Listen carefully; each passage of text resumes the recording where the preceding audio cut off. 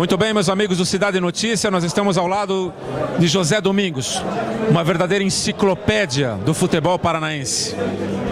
Zé, prazer imenso em ter você aqui hoje, comemorando esse título do Iguaçu, que é um clube que eu sei que você gosta. Não só pelas pessoas, mas pela história da sociedade Iguaçu, não é verdade? Verdade. O Iguaçu faz parte da vida da cidade. O Iguaçu, além de um clube esportivo, é um clube social, representa uma comunidade, tem feitos extraordinários e entre estas conquistas, uma Taça Paraná histórica em 1973. Me parece que naquele ano foram 46 equipes participantes, né? Este ano, infelizmente, as injunções políticas que envolvem o futebol paranaense fizeram com que apenas 5 agremiações participassem. E nesta competição, muito concorrida, muito disputada, o Iguaçu fez por merecer a conquista. Uma conquista complicada. Tanto é que nos jogos decisivos houve empate nas duas partidas, 1-1 lá em São José dos Pinhais e 0-0 aqui em Santa Felicidade. E na decisão dos tiros livres da marca do pênalti, o Iguaçu foi mais feliz, fez 4-3. Vitória merecida, conquista extraordinária e que coroa de pleno sucesso este trabalho extraordinário que faz o Jadir Sete e toda a sua diretoria. Também a comissão técnica, agora liderada pelo extraordinário campeão brasileiro, pelo Atlético Paranaense, o Luizinho Neto, e outros membros importantes, jogadores e especialmente os torcedores que tanto e tanto estimularam o Iguaçu para voltar a ganhar uma Taça Paraná. A tua ligação com esse bairro ela é muito forte, porque o Iguaçu e o Trieste representam para o futebol amador de Curitiba grandes conquistas, né? Momentos memoráveis dentro do futebol, pelo menos do futebol amador da cidade. Eu acompanho a Taça Paraná desde a sua primeira edição, nos idos de 1964. Em 60 e 62, houve o campeonato estadual de futebol amador. E em 64 surgiu a Taça Paraná, criada pelo capitão Hugo Weber. E naquela competição de 64, o título foi decidido entre o Ferroviário de União da Vitória e o Agroceres de Jacarezinho.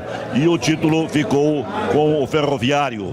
E desde aquele período acompanho a Taça Paraná. E nesta edição de 64 da Taça Paraná, houve um episódio interessante. Você há pouco brincava aqui falando em Rádio Colombo. Eu fui transmitir um jogo dessa Taça Paraná em Porto União, onde o Ferroviário de União da Vitória mandava os seus jogos. E lá em Porto União jogavam Ferroviário e Real representante do futebol de Curitiba.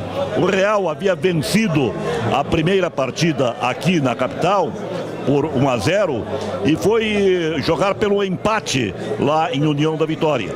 E estava ganhando o jogo até os 39 minutos do segundo tempo por 1-0. Então, estava praticamente com o título consolidado. Jogava pelo empate, ganhando. Eis que nos minutos finais, a equipe do Ferroviário fez 2 gols, ganhou o jogo e forçou a decisão por penalidades máximas. Houve 8 séries de pênaltis cobrados para daí sair o vitorioso, que era o campeão da Zona Sul. Daí o Ferroviário ganhou e foi decidir com o time de Jacarezinho. Mas um episódio interessante que eu falei da Rádio Colombo é que eu transmiti este jogo e começou a chover muito. Chovia, mais chovia, inclusive com chuva de pedras. E as linhas telefônicas caíram.